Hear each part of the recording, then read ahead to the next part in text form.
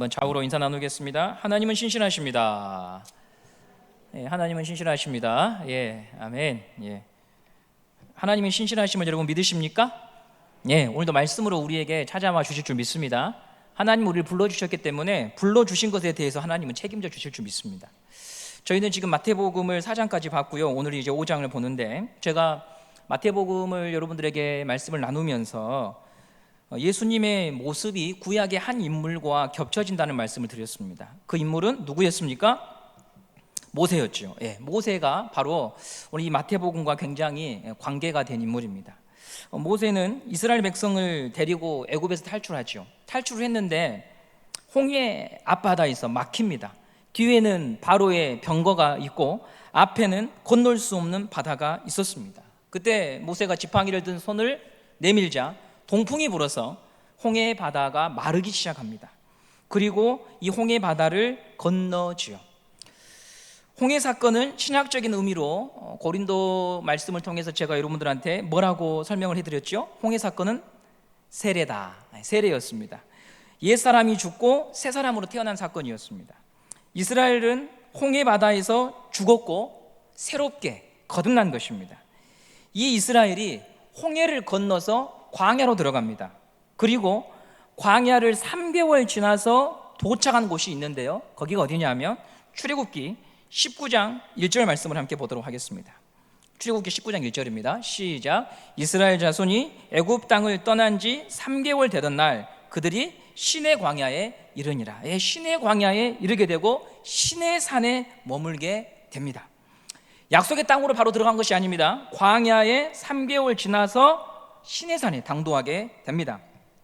왜 그곳에 머물렀는가? 하나님께서 구원받은 백성에게 어떻게 살 것인가를 가르쳐 주시기 위해 시내산으로 데려오셨습니다. 부모가 자녀를 낳으면 자녀를 출생하고 나서 끝이 난 게 아니죠. 사람답게 살도록 가르쳐야 됩니다.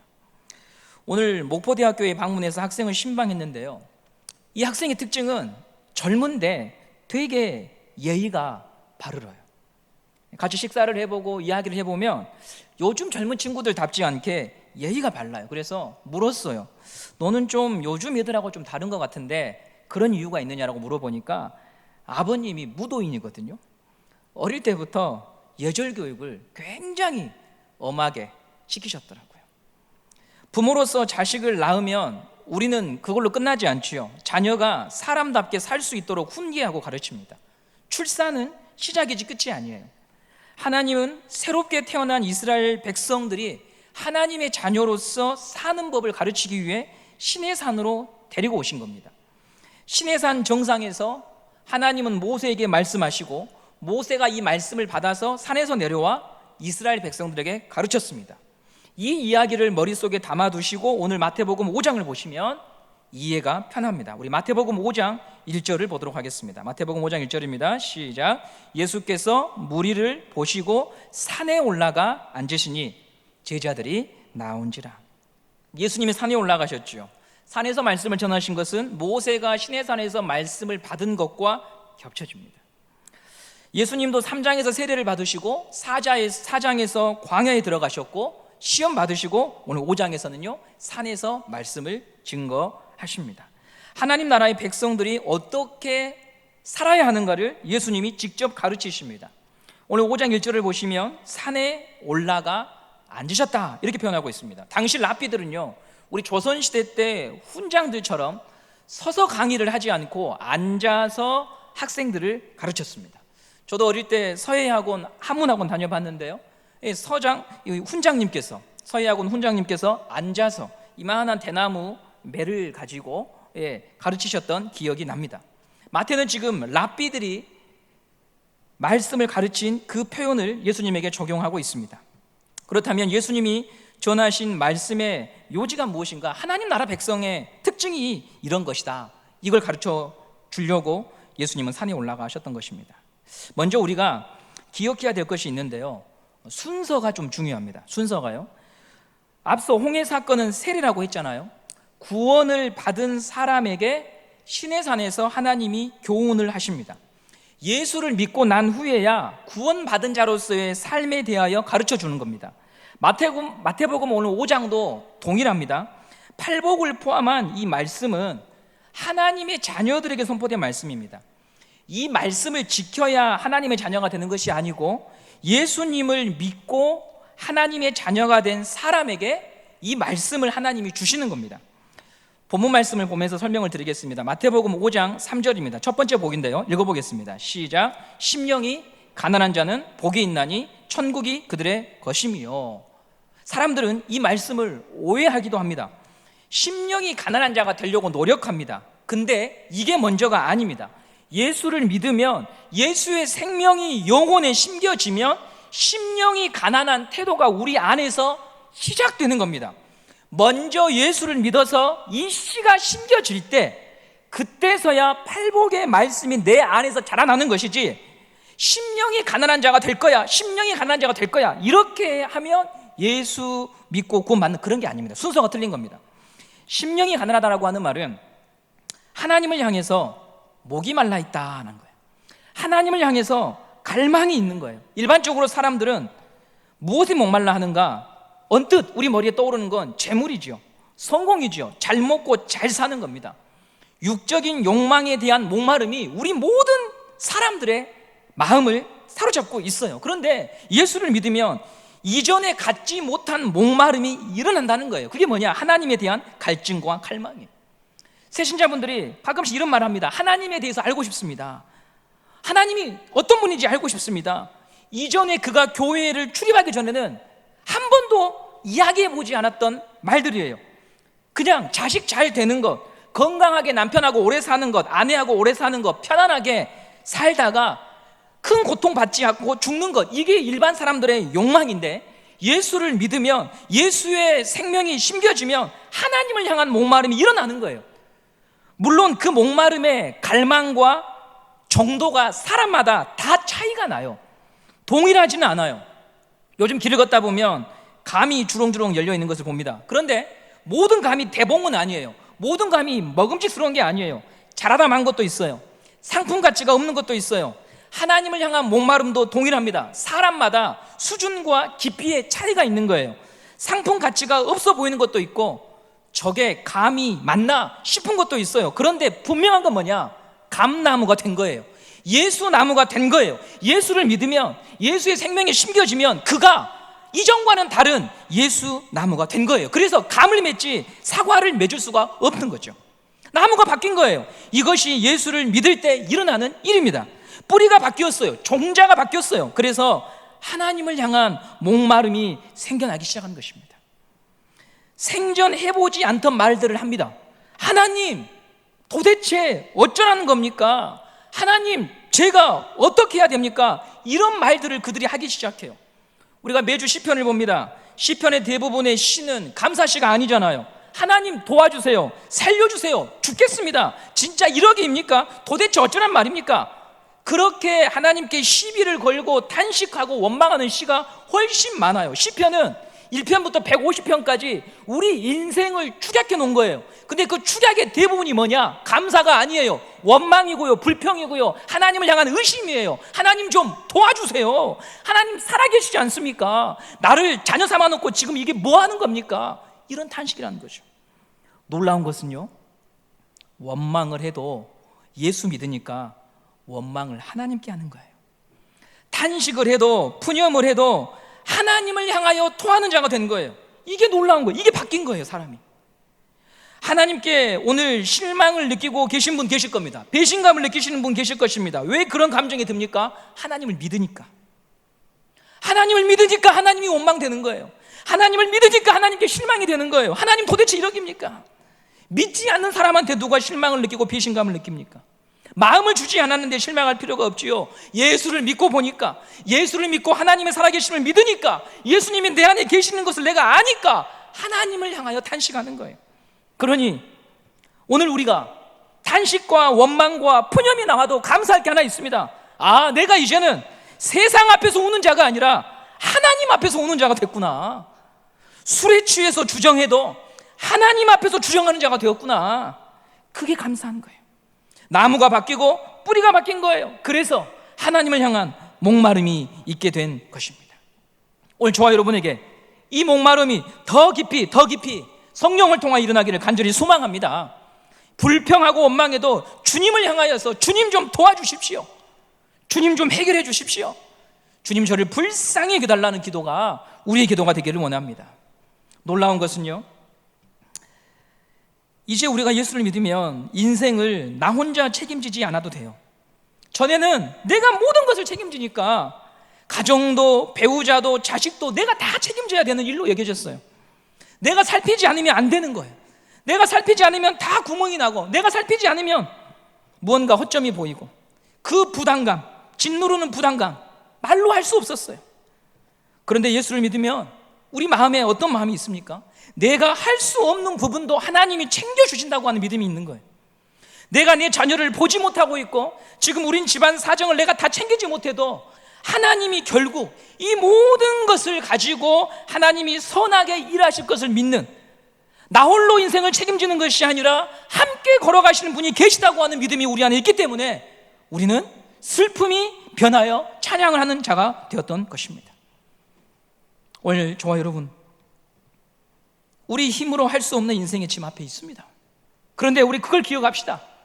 우리 주님이 우리 인생에 찾아오셨고 우리와 함께 동행하시고, 그리하여 내가 질 수 없는 그 인생의 짐을 주님이 우리와 대신 져주신다고 하는 것을 우리가 오늘 믿고 주님을 찬양하는 시간 되기를 간절히 원합니다. 우리가 예수를 만난다고, 우리가 예수를 믿는다고 해서 물론 완전한 자, 죄와 전혀 상관이 없는 사람이 된 것은 아닙니다.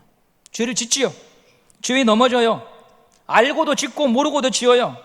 이러면 안 된다고 하는 것을 알면서도 죄에게 자기 자신을 넘겨줄 때가 있어요.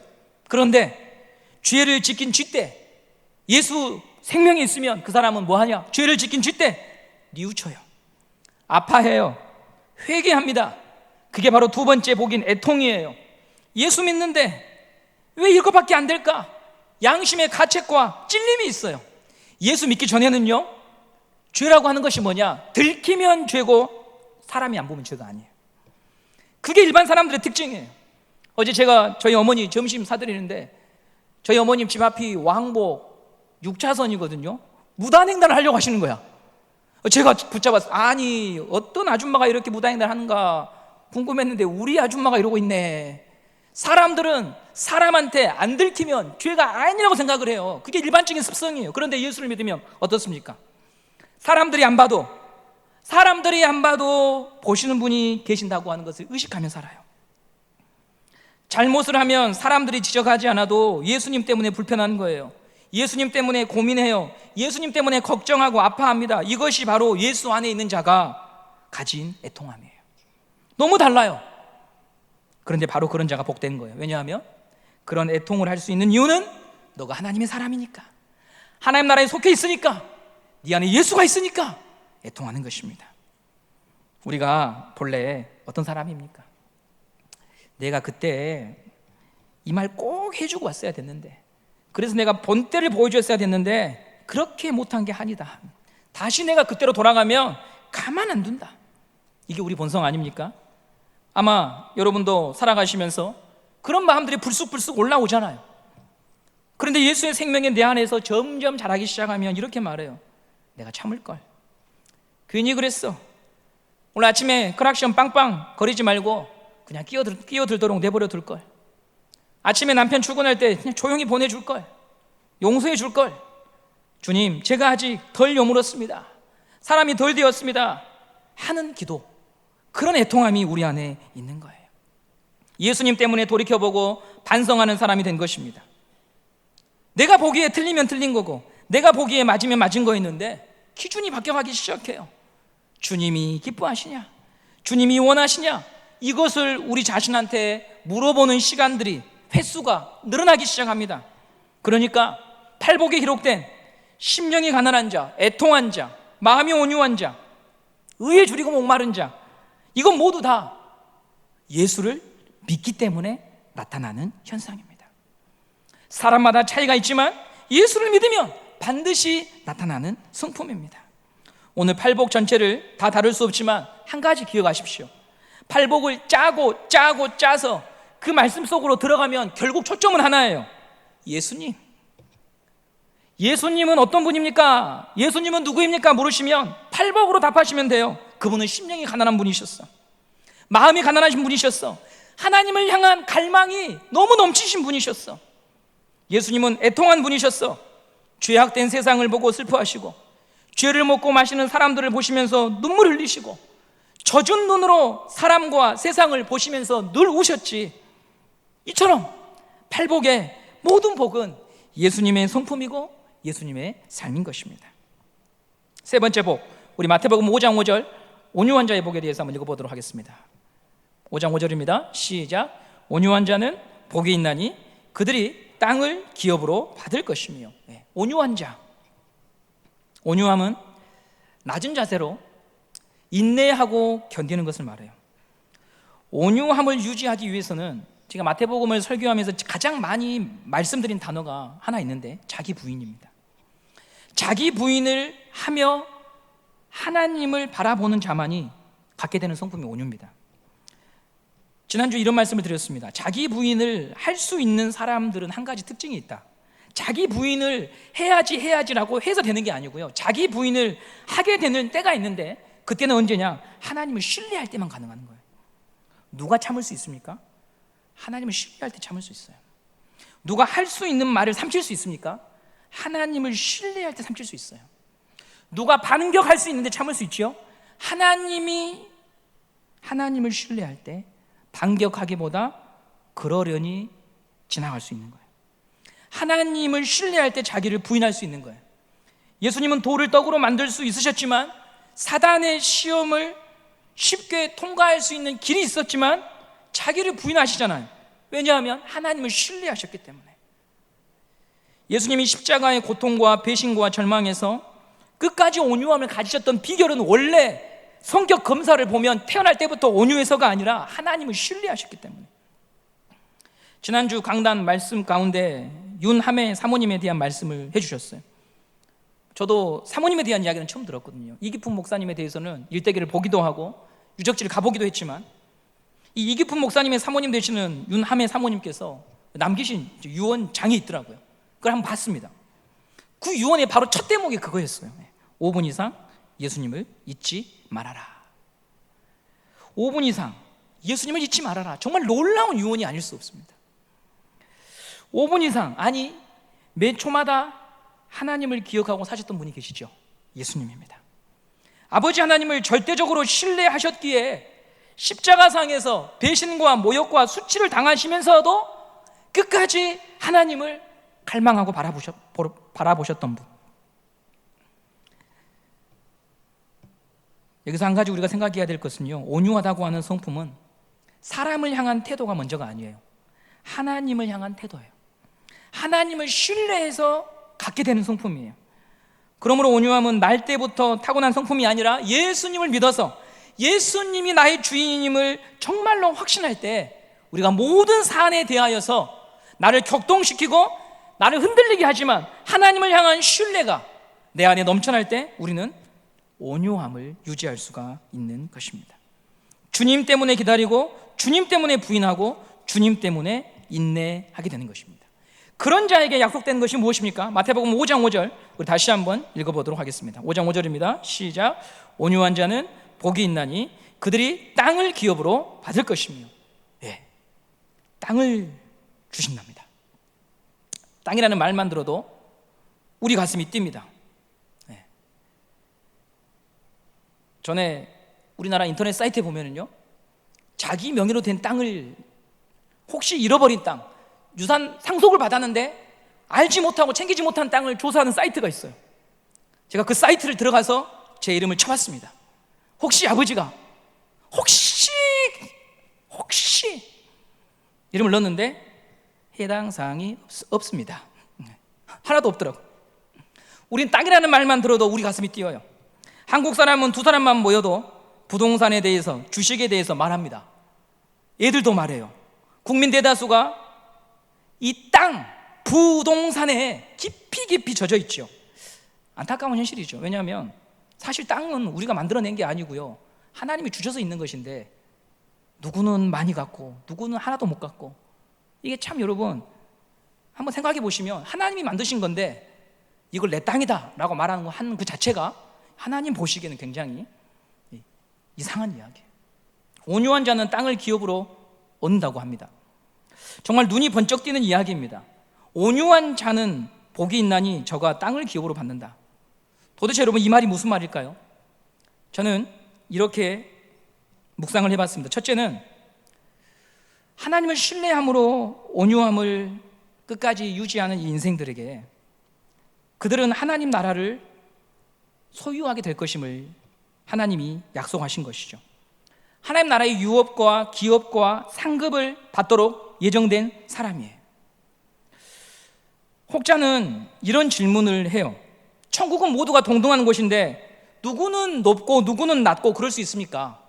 그런데 여러분, 성경 곳곳에서는 착하고 충성된 종에게 상급이 있다고 말합니다.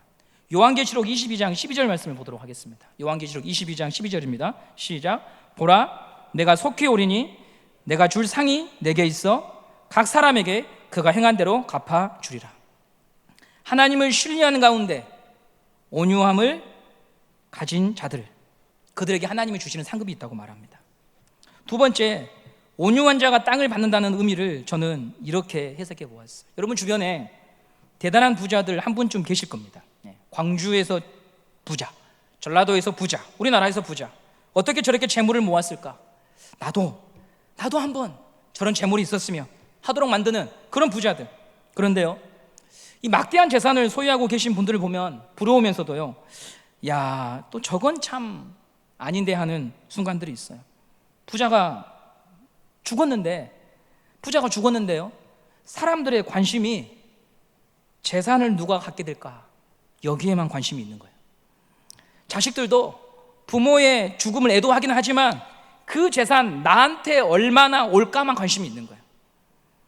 죽은 사람은 간대 없고 모든 관심이 어디에 있느냐, 남겨진 유산에게만 있다면 그분이 인생을 잘 사셨다고 말할 수 없겠죠.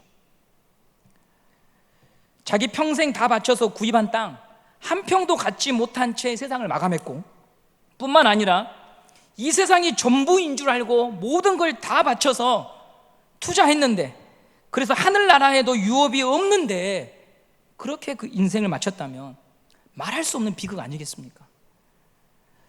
반면에 남들이 부러워할 재물이 없지만 수많은 사람들의 가슴에 울림을 주는 분들도 계셔요. 살아서나 죽어서나 후대에 영향을 주고 떠나는 사람, 하나님을 신뢰함으로 믿음의 길을 끝까지 걸어가고 달려갔던 사람들, 그들이 진짜 땅을 소유한 사람이 아닐까요?